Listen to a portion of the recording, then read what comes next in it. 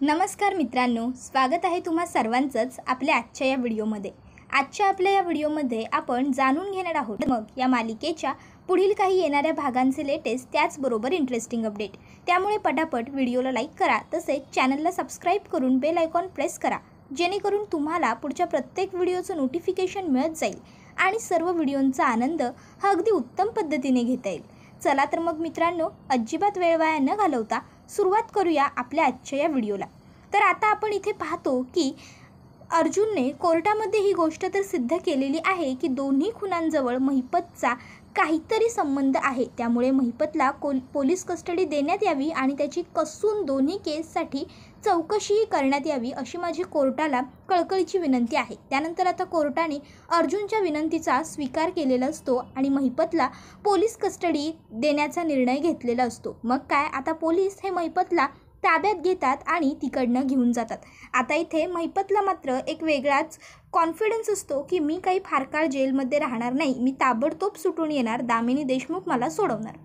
तर दुसरीकडे इथे सायलीला मात्र अर्जुनचा खूप अभिमान वाटलेला असतो, तिला खूप आनंद झालेला असतो की कशा पद्धतीने शिताफीने अर्जुनने ह्या केसमध्ये महिपतलाच अडकवले आणि मधुभाऊंना अजिबात काही त्यांच्या केसाला धक्कासुद्धा लागू दिला नाही। अर्जुन सर किती ग्रेट आहेत, ते किती हुशार आहेत, त्यांची बुद्धी किती टल्लक आहे, किती शार्प आहे, ते छोट्या छोट्या गोष्टींचा किती विचार करतात आणि प्रत्येक गोष्ट कशी एक दुसऱ्याला लिंक करून एखाद्या गोष्टीचा पाठपुरावा पूर्ण घेऊन त्या गोष्टीचा सोक्षमोक्ष लावतात असा विचार ती करते। मग आता ना मला त्यांच्यासाठी काहीतरी स्पेशल करायचं आहे, पण काय करू असा विचार ती करत असते। तर आता मात्र इकडे अर्जुन हा संध्याकाळी ऑफिसवरून घरी आलेला असतो। इयरिंग संपल्याच्या नंतर अर्जुनने सायलीला घरी पाठवून दिलेलं असतं आणि त्याची एका दुसऱ्या केस संबंधित ऑफिसमध्ये मीटिंग असल्यामुळे तो ऑफिसला गेलेला असतो। तर आता ऑफिसवरून घरी आल्यावर तो खाली किचनमध्ये हॉलमध्ये बघतो तर त्याला सायली कुठेच दिसत नाही। अर्जुन विचार करतो वरती बेडरूममध्ये असेल बायको, म्हणून तो वरती येतो आणि बायको बायको अशा हाका मारतो। सायली काही त्याला हाक मारत नाही। अर्जुनला वाटतं सायली वॉशरूममध्ये असेल, तो नॉक करतो, सायली तू आत आहेस का विचारतो, पण सायली काहीच होकार नकार देत नाही। अर्जुन विचार करतो कदाचित बायको घरात नसेल, काहीतरी कामासाठी बाहेर गेली असेल, म्हणून मग तो आता ड्रेसिंग करायसाठी कपडे वगैरे बदलण्यासाठी तो कपाटाजवळ जातो, कपाट उघडतो, कपाटातनं काही कपडे घेतो आणि आता तो ड्रेसिंग टेबलजवळ येऊन बघत असतो आरशामध्ये। इतक्यात तिकडे सायली येते। आता सायली तिथे येते आणि मागून अर्जुनला हाक मारते। अर्जुन मागे फिरतो तर सायली अगदी फिल्मी स्टाईलमध्ये अर्जुनला प्रपोज करते। आयुष्यभर माझी साथ अशीच द्याल ना, शेवटच्या क्षणापर्यंत वगैरे असं ती त्याला हिंदीमध्ये विचारते। अर्जुन खूप खुश होतो सायलीच्या या अशा फिल्मी ॲक्टिंगमुळे आणि मग तो येस येस असं म्हणून सायलीला मिठी मारतो। आता दोघंही नवरा बायको खूप खुश असतात। कितीतरी दिवसांनंतर ते इतके आनंदी आपल्याला पाहायला मिळतात। तर दुसरीकडे इथे महिपत मात्र विचार करत असतो की आता ह्या एका केसमध्ये मी अडकलो, पण हा सुभेदार मला पुढच्या दोन्ही केसमध्ये ते अडकवतोय की काय। नाही, काहीही झालं तरी दामिनी देशमुख मला सोडवणार म्हणजे सोडवणारच आणि त्यांनी मला सोडवायलाच हवं असा विचार तो करत असतो। पण आता पोलिसांना महिपतकडून सत्य वधवून घ्यायचं असतं, त्यामुळे महिपतला पोलीस चांगलीच 3rd डिग्री देत असतात। रिमांडवरती महिपतला पोलिसांनी घेतलेला असतो। तर आता इकडे महिपतला रिमांडवरती घेऊन सुद्धा महिपत हा काही खरं सांगायला तयार नाही आहे। तो अर्धमुर्ध काहीतरी खरं सांगतोय, अर्धमुर्ध खोटं बोलतोय। ही गोष्ट आता पोलीस हे चैतन्याला सांगतात। आता चैतन्याला ही गोष्ट जशीच पोलीस सांगतात तसंच चैतन्य ही गोष्ट अर्जुनला इन्फॉर्म करतो की अर्जुन, अरे महिपतला पोलिसांनी अगदी 3rd डिग्री दिली आहे, रिमांडवरती घेतला आहे, पण तरीसुद्धा तो काही खरं कबूल करायला तयार नाही आहे। मग त्यावर अर्जुन म्हणतो आता एकच पर्याय, तो एक काम कर, कोर्टाची तारीख मागून घे। त्यावर आता लगेचच चैतन्य म्हणतो, अरे अर्जुन तू काय बोलतोयस, आधीच तो खरं बोलत नाही आहे, कोर्टात काय खरं बोलणार आहे, तो पोलिसांचा एवढा मार खातोय तरी खरं कबूल करत नाही आहे। त्यावर अर्जुन सांगतो मी सांगतोय तसं तू कर तर खरं, कोर्टाची येत्या 2 ते 3 दिवसांनंतरची तारीख घे, तोपर्यंत त्याला जरा जेलमध्ये चांगला मार खाऊ देत। चैतन्य म्हणतो ठीक आहे, मी घेतो तारीख। तर आता इथे प्रतिमा आत्या ही रविराज काकांना विचारत असते, काय झालं रविराज कोर्टात आज, सगळं व्यवस्थित झालं ना। रविराज काका प्रतिमा आत्याला कोर्टात घडलेला सर्व प्रकार सांगायला लागतात। ते तिला सांगत असतात की आज कोर्टामध्ये अर्जुनने एक रिपोर्ट सादर केला, तो होता म्हणजे हरीशने लिहिलेल्या एका सुसाईड नोटचा. त्याबरोबर लगेचच ती विचारते सुसाईड नोट. त्याबरोबर आता रविराज म्हणतो खरं तर ती सुसाईड नोट नव्हती म्हणता येणार, त्याने ती चिठ्ठी लिहून ठेवली होती जेणेकरून तो खरं बोलू शकेल, पण तीच बिचाऱ्याची सुसाईड नोट ठरली. त्यावर आता प्रतिमा ते विचारते म्हणजे नेमकं काय झालं आहे रविराज, तुम्ही मला सगळं काही स्पष्ट खोलून सांगा बरं, मला काही कळत नाही आहे, कळेल अशा भाषेत बोला ना प्लीज. त्यावर रविराज काका आता तिला सांगायला लागतात की अगं मला हे सांगायचं आहे की हरीशच्या त्या पिशव्यांमध्ये एक चिठ्ठी अर्जुनला सापडली ज्यामध्ये असं लिहिलं होतं की मी मधुभाऊंवरती खोटा खुनाचा आळ घेतला. मी त्या दिवशी काहीच पाहिलं नव्हतं आणि तरीसुद्धा मी कोर्टात खोटी साक्ष दिली आणि मला या गोष्टीचा पुरेपूर पश्चाताप आहे आणि म्हणूनच मला खरी साक्ष द्यायची आहे. मला सांगायचं आहे की मी कोर्टात खोटं बोललो. आता हे सगळं ऐकल्याच्या नंतर प्रतिमासुद्धा विचार करायला लागते की नक्की मग घडलंय तरी काय. तर आता रविराज काका तिला सांगत असतात की महिपतचा या सगळ्या गोष्टींशी काही ना काहीतरी संबंध आहे असं मला आणि अर्जुनला वाटतंय. त्यामुळे आज अर्जुनने महिपतला पोलीस कस्टडी मिळावी अशी कोर्टात डिमांड केली आणि त्याला पोलीस कस्टडी कोर्टाने दिलीसुद्धा. इतक्यात आता अर्जुनचा फोन रविराज काकांच्या फोनवर आलेला असतो आणि रविराज काका म्हणतात बघ अर्जुनचाच फोन आला. आणि मग रविराज काका हे अर्जुनला विचारतात बोल अर्जुन काय झालं. त्यावर अर्जुन रविराज काकांना सांगत असतो की मी कोर्टाची हिअरिंग मागून घेतोय सिनियर. आता मला पुन्हा एकदा महिपतची, तन्वीची, त्याचबरोबर मधुभाऊंची तिघांचीही कसून चौकशी करायची आहे. हरीश मर्डर केस जरी सध्या क्लोज झाली असली तरीसुद्धा अजून आपली मेन केस जी आहे ती क्लोज झालेली नाही आहे. रविराज काका म्हणतात की ठीक आहे तुला जे योग्य वाटेल आपण त्याच प्रोसेसने करूयात पुढे काम. आणि मग ते फोन ठेवून देतात. आता लगेचच प्रतिमा ही रविराज काकांना विचारायला लागते काय म्हणाला अर्जुन, कसलं प्रोसेस, कसलं काम, काय म्हणतायत तुम्ही दोघंजणं, जरा काहीतरी कळेल अशा भाषेत बोलत चला, किती वेळा सांगते. त्याबरोबर रविराज काका हा प्रतिमा त्याला सांगत असतो की अर्जुन म्हणत होता की तो कोर्टाची तारीख मागून घेणार आहे. म्हणजे कोर्टामध्ये आता अर्जुन पुन्हा एकदा तन्वीची, त्याचबरोबर आता मधुभाऊंची आणि त्या महिपत शिखरेची तिघांचीही चौकशी करणार आहे. आता अर्जुन याने काय सिद्ध करणार आहे ते मला तरी काही कळत नाही आहे. त्याबरोबर प्रतिमा म्हणते अर्जुन जर म्हणतोय ना तर नक्कीच त्याच्या डोक्यात काहीतरी कल्पना असेल, पण मी सुद्धा आता कोर्टामध्ये तन्वीच्या चौकशीवेळी येणार आहे. त्यावर लगेचच रविराज काका म्हणतात काय तू, अगं नाही नको प्रतिमा, तिथलं कोर्टातलं वातावरण तुला झेपणार नाही, तुला त्रास होईल त्या वातावरणाचा.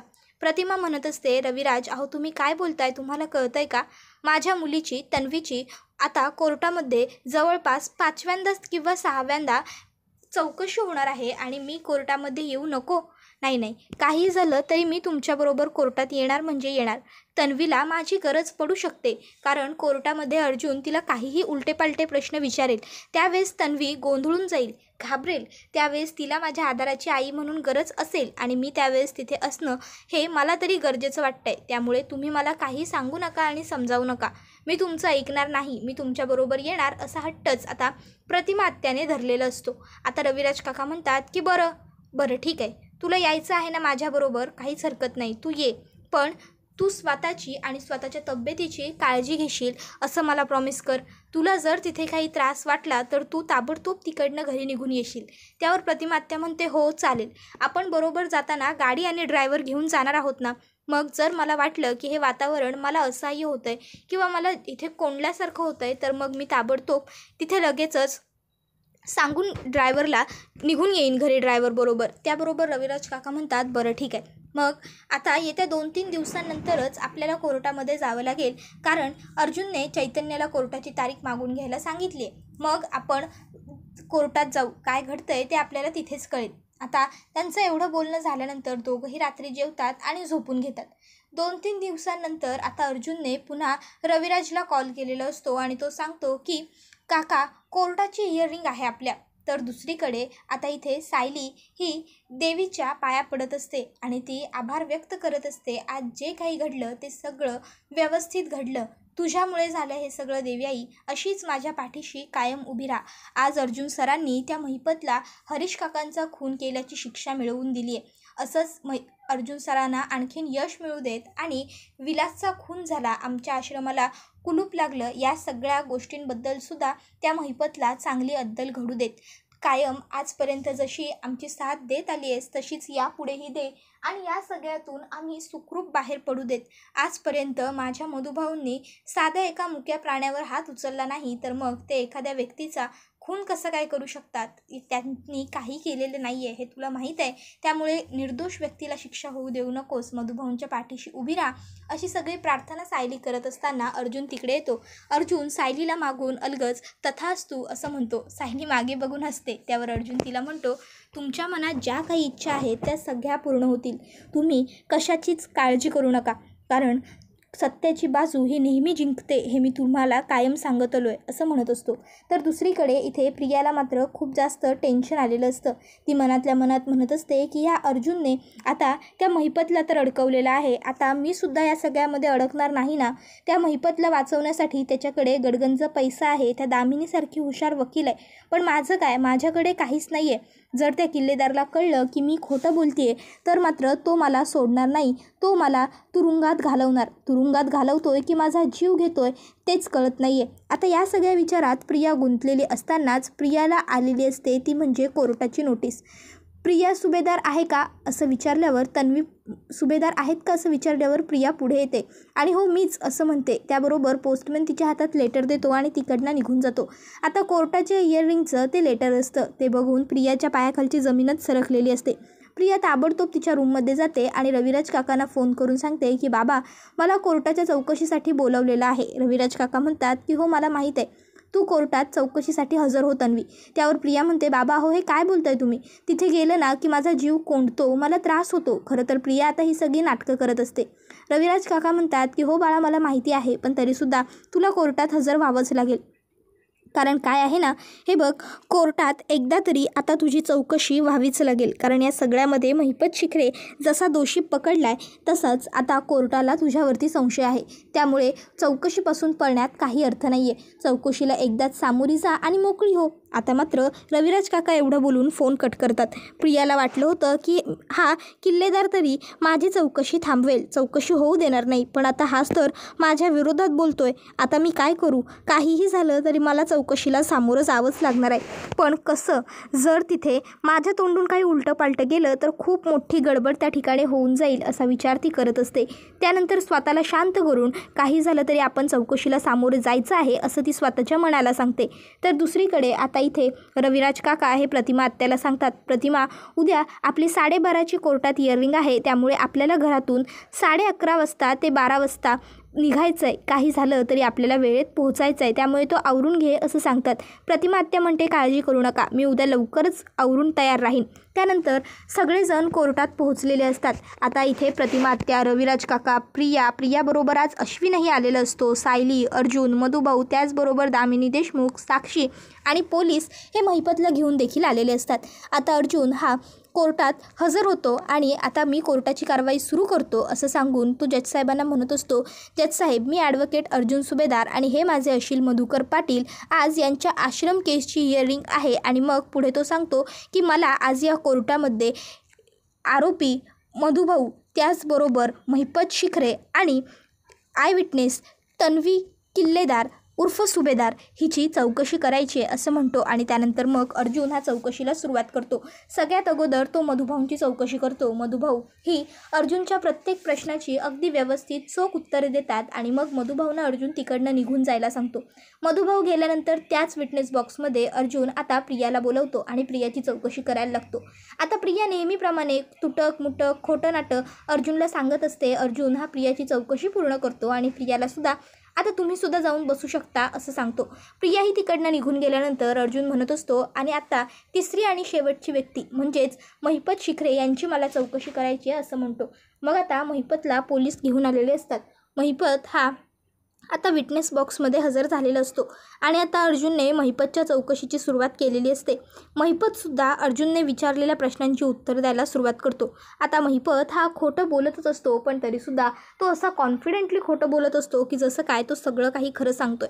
अर्जुन हा त्याला विचारत असतो की हरीशची आणि तुमची ओळख होती का, तुम्ही मधुभाऊंच्या आश्रमामध्ये जो विलास राहायला गेला होता त्याला ओळखत होतात का, तुम्ही तुमच्या कंपनीचं नाव SS बिल्डर असं का ठेवलं, वगैरे वगैरे बरेच प्रश्न तो विचारत असतो. आता प्रतिमा आत्या जेव्हा जेव्हा महिपतला बघत असते तेव्हा ती स्वतःचे डोळे घट्ट बंद करून घेत असते, कारण तिला महिपतने तिच्यावरती हल्ला केला होता आणि तिचा चेहरा जाळला होता ते सगळं काही आठवतं. त्याचबरोबर आता प्रतिमात्या ही ओव्हर पॅनिक होते आणि जोरात ओरडते, ह्यानेच केलं आहे माझं हे हाल, ह्यानेच मारलं होतं मला, ह्याने माझा चेहरा जाळला होता, यानेच माझी गाडी जाळली होती, वाचवा मला मारू नकोस असं ती अचानक कोर्टात ओरडायला लागल्याबरोबर लगेचच रविराज काका तिथे येतात आणि रविराज काका तिला सावरण्याचा प्रयत्न करतात. प्रतिमा शांत हो, काय होतंय तुला? प्रतिमा आत्या रविराज काकांना मिठी मारते. त्याबरोबर लगेचच आता जज साहेब सायलेंट काय सुरू आहे हा सगळा प्रकार? हे कोर्ट आहे असं म्हणतात. त्याबरोबर रविराज काका कोर्टाची माफी मागतात आणि म्हणत असतात, मी माफी मागतो जज साहेब, ही माझी पत्नी प्रतिमा किल्लेदार, हिची मानसिक अवस्था बरी नाही आहे. सध्या तिची हॉस्पिटलमध्ये ट्रीटमेंट सुरू आहे. ती अचानक एवढी ओव्हर पॅनिक का झाली ते खरंच कळत नाही आहे. तिच्या मेडिसिन्स सुरू आहेत. मी तिला इथून घरी घेऊन जाण्याची तुमच्याकडे परवानगी मागतो. आपण ही इयररिंग जरी पुढे नेली तरीसुद्धा चालेल का? आता रविराज काका कोर्टात विनंती करत असतात तर महिपत अजून कालवा करायला लागतो. मी काही नाही केलं, मी या बाईला ओळखत सुद्धा नाही. ओ दामिनी देशमुख बाई, बघा ना काय बोलते ही बाई, तुमच्या ते काय म्हणता तुम्ही, ते अशिलावरती उगाच खोटेनाटे आळ करते. त्याबरोबर लगेचच आता पुढे तू म्हणायला लागतो की ही बाई पागल आहे, काय पण बोलते. त्यावर दामिनी महिपतला तुम्ही जरा शांत बसाल का असं म्हणते आणि गप्प बसायला लावते. आणि त्यानंतर ती म्हणते की त्यांची मेंटल स्थिती जर ठीक नसेल तर मला असं वाटतं आपण ही इयरिंग पुढे घेऊन जावी, अशी ती सुद्धा कोर्टाला विनंती करते. आता खरं तर आजच्या इयरिंगमध्ये अर्जुन हा सगळं काही सिद्ध करत असतो आणि दामिनीला मुद्देच बोलायला राहिलेले नसतात, म्हणून खरं तर दामिनीने ही पळवाट शोधलेली असते. तर जज साहेब म्हणतात की ठीक आहे, मग आपण ही इयरिंग पुढच्या इयरिंगवरती शिफ्ट करूया. पुढच्या तारखेला आपण या आजच्या मुद्द्यांवरती चर्चा करूया. तुम्ही तुमच्या पत्नीला घरी घेऊन जाऊ शकता. ॲडव्होकेट रविराज किल्लेदार. त्याचबरोबर कोर्ट इज ॲडजट असं म्हणून जजसाहेब निघून जातात. इथे आता रविराज काकाने प्रतिमा आत्याला घरी आणलेलं असतं. अर्जुन सायलीसुद्धा आता घरी गेलेले असतात. सायली ही आता मनातल्या मनामध्ये विचार करत असते की हे सगळं काही काय घडून गेलं, म्हणजे अचानक हे सगळं कसं घडलं? प्रतिमा आत्या एवढ्या ओव्हर पॅनिक का झाल्या?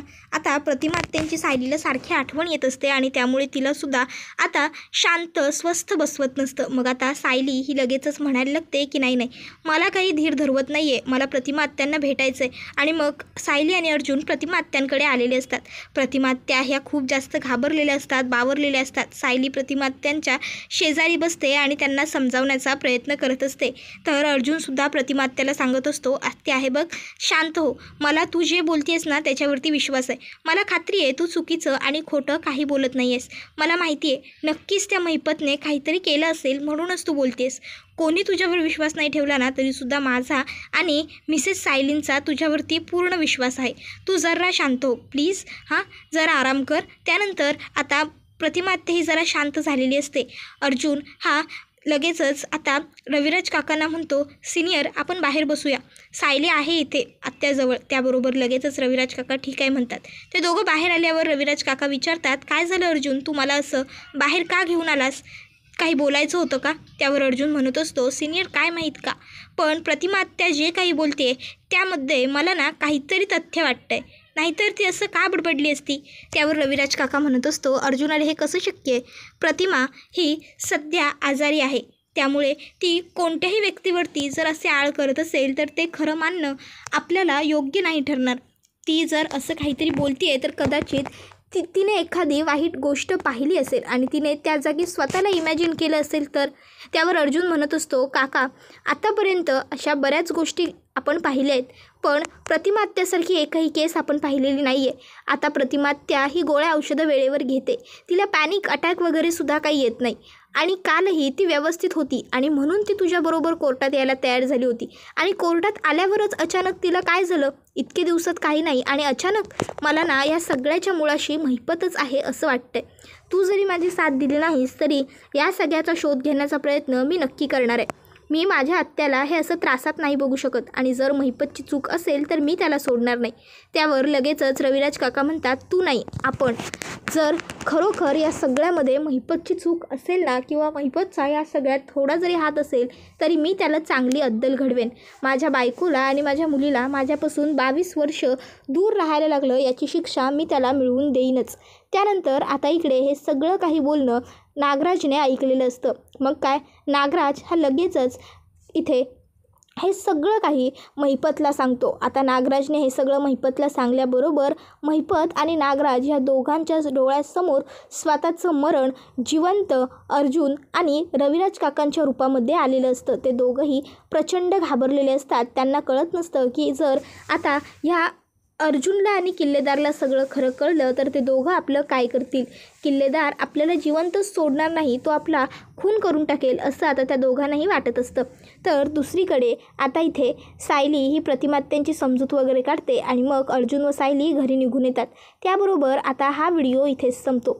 मित्रांनो, व्हिडिओ आवडला की व्हिडिओला लाईक करत चला. त्याचबरोबर चॅनलला सबस्क्राईब करा आणि बेल आयकॉन प्रेस करा, जेणेकरून तुम्हाला पुढच्या प्रत्येक व्हिडिओचं नोटिफिकेशन मिळत जाईल आणि सर्व व्हिडिओंचा आनंद हा अगदी उत्तम पद्धतीने घेता येईल. तर आपला हा व्हिडिओ तुमच्या जास्तीत जास्त कुटुंबियांबरोबर तसेच मित्रपरिवारांबरोबर सुद्धा नक्की शेअर करा, जेणेकरून त्यांनासुद्धा आपल्या अशाच उत्तम व्हिडिओंचा आनंद घेता आला पाहिजे. मित्रांनो, तुम्हाला काय वाटतं? आता अर्जुनने आणि रविराज काकाने दोघांनीही मिळून निश्चय केलेला आहे की आता ते शोधून काढणार की त्यांचा 22 वर्षांपूर्वी जो काही अपघात झाला होता, म्हणजेच रविराज काका, प्रतिमा आत्या आणि खरी तन्वी म्हणजेच सायली यांचा जो काही अपघात झाला होता तो नक्की कोणी गेला होता हे ते लोक शोधून काढणार आहेत. मग त्यांना खरं कळेल का की हे सगळं काही महिपत शिखरेनेच केलं होतं आणि ते सुद्धा नागराज काकाच्या सांगण्यावरून. आणि ज्यावेळेस त्यांना कळेल की हे सगळं काही नागराज काकाने फक्त आणि फक्त प्रॉपर्टीच्या हव्यासापोटी केलं होतं, त्यावेळेस रविराज काकांना काय वाटेल आणि मग रविराज काका आता नागराजचे काय हाल करणार? तुम्हाला काय वाटतं ते आम्हाला कमेंट करून नक्कीच सांगा. त्याचबरोबर आपल्या चॅनलला सबस्क्राईब करून ठेवा, जेणेकरून तुम्हाला पुढच्या प्रत्येक व्हिडिओचं नोटिफिकेशन मिळत जाईल. त्याचबरोबर सायली आणि अर्जुन ही जोडी तुम्हाला कशी वाटते ते देखील कमेंट करून सांगायला विसरू नका. मित्रांनो, आपला आजचा हा व्हिडिओ तर इथेच संपतो, पण पुढे हे जे काही घडणार आहे, आता अर्जुन आणि रविराज काका एकत्र येऊन जे काही करणार आहेत ते सगळं जाणून घेण्यासाठी आपल्या चॅनलला सबस्क्राईब करून ठेवा. पुढचा व्हिडिओ येईपर्यंत टाटा, बाय बाय, धन्यवाद, टेक केअर.